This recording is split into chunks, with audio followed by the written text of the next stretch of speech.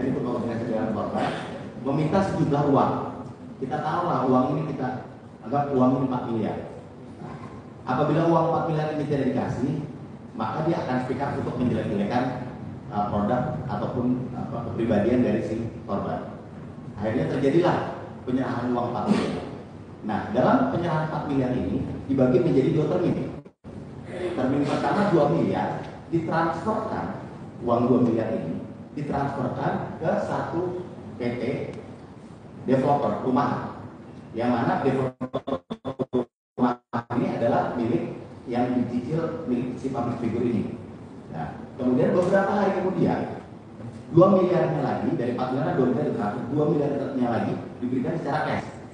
Setelah diberikan secara cash yang 2 miliar, 1,4 dari 2 miliar yang kedua dimasukkan lagi ke PT developer rumah tadi. Nah, menurut saudara sebagai ahli, apakah dari rangkaian perbuatan itu, dari hasil pemerasan, dugaan pemerasan dengan ancaman pencemaran itu, kemudian uangnya ditransfer ke situ dan juga diambil secara cash dan diberikan ke situ juga, apakah bisa dikategorikan sebagai itu membelanjakan sebagaimana pasal 3 Undang-Undang itu? Baik, terima kasih penuntut umum yang mulia. Terkait dengan pembayaran suatu properti tadi disampaikan, itu masuk kategori membelanjakan. Masuk kategori pembelanjakan. Jadi bisa dikategorikan masuk ke dalam pasal 3 membelanjakan yang berasal dari kejahatan. Untuk definisi membelanjakan, ya masuk. Masuk ya. Kalau untuk pasal 3, mohon berkenan yang mulia, tadi ada beberapa panjang sekali ilustrasi. Yang pertama tentu harus dilihat seperti yang awal kami sampaikan, ketika ada harta kekayaan atau uang akan diterima oleh pelaku, apakah pengetahuan pelaku di situ mengetahui secara pasti atau patut menduga? Oke, kita anggap dia adanya mengetahui bahwa itu uang dari hasil dari pemerasan. Tinggal lagi dilihat perpindahan atau transaksi, apakah ada tujuan untuk menyembunyikan penyampaian. Yang saudara penuntut umum sampaikan yang pertama tadi membayar langsung ke pihak ketiga dari si korban, dari korban langsung ke pihak tidak ketiga. membayar ke rekeningnya si public figure tadi, tapi langsung ke mana, ke developer tadi. Ya. Baik, dari kacamata pencucian uang, pelaku pencucian uang tidak ingin harta kekayaan hasil kejahatan itu mendekat dirinya, artinya dia menjauhkan transaksi yang dilakukan.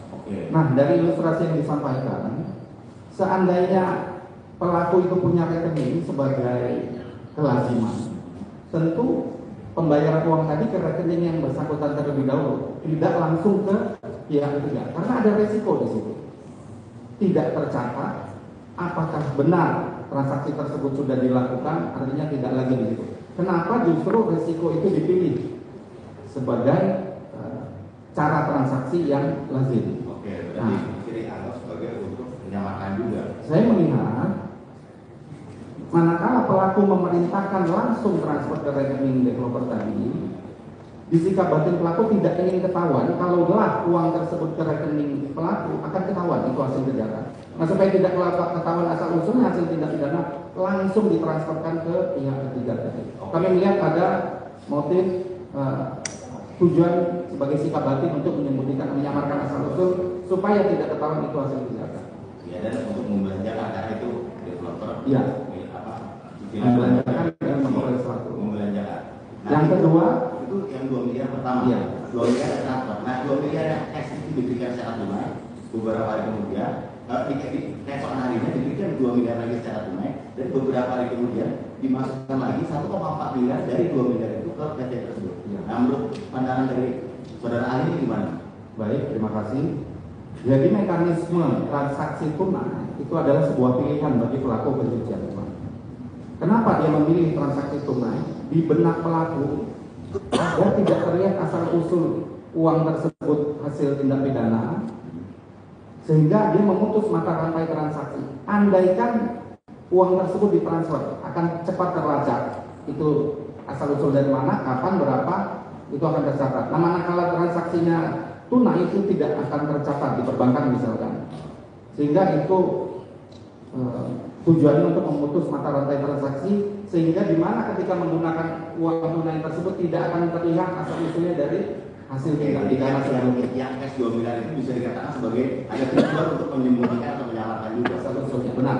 Oh, yang 2 miliar selanjutnya. Ya. Nah, kemudian dari ilustrasi yang tadi saya gambarkan bahwa ada seorang public figure dan asistennya. Ya, asistennya ini, jadi public figure ini mengirimkan ke asisten ini nomor rekening dari PT developer tadi. Kemudian dari asisten ini dikirimkan kepada korban. Dari rangkaian itu kemudian korban langsung kirim kirim ke developer yang 2 miliar. Dan 2 miliar yang cash yang esok harinya yang mengambil adalah si asisten tersebut. Dan diserahkan langsung setelah itu diserahkan kepada yang si public figure ini. Nah, dari rangkaian itu, apakah bisa dikatakan sebagai suatu perbuatan TPPU yang sebagaimana diamanatkan di pasal 3 dengan dilakukan secara bersama-sama? Ya, baik. Memang banyak kasus dalam pencucian uang tidak sendiri pelaku. Pelaku bisa saja menyuruh orang lain tadi motifnya supaya tidak langsung terlihat yang berlaku sebagai penerima manfaat atas suatu transaksi. Dia menyuruh pihak lain. Nah, silakan nanti penuntut umum melihatkan apakah menyuruh dan apakah masih ada kesempatan bagi pihak lain yang disuruh untuk menolak. Manakala tetap dilakukan, kami melihat itu dilakukan bersama-sama. Bisa dikatakan oleh bersama-sama. Ya. Baik yang menyuruh itu dan kemudian mengambil uangnya dan menyuruh itu dilakukan bersama-sama. Ya. Bisa dikategorikan bersama-sama. Ya. Untuk diketahui di pasal 10 Undang-Undang 8 2010, pihak yang membantu penumpakan dan menyediakan sarana itu dipidana dengan pidana yang sama sebagai pelaku utama. Oh ya, saya baca pasal 10. Setiap orang yang berada di dalam atau luar wilayah negara kesatuan Republik Indonesia yang turut serta melakukan pembantuan atau permufakatan jahat untuk melakukan tindak pidana pencucian uang dipidana dengan pidana yang sama sebagaimana dimaksud pasal 3, 4, dan 5. Ya.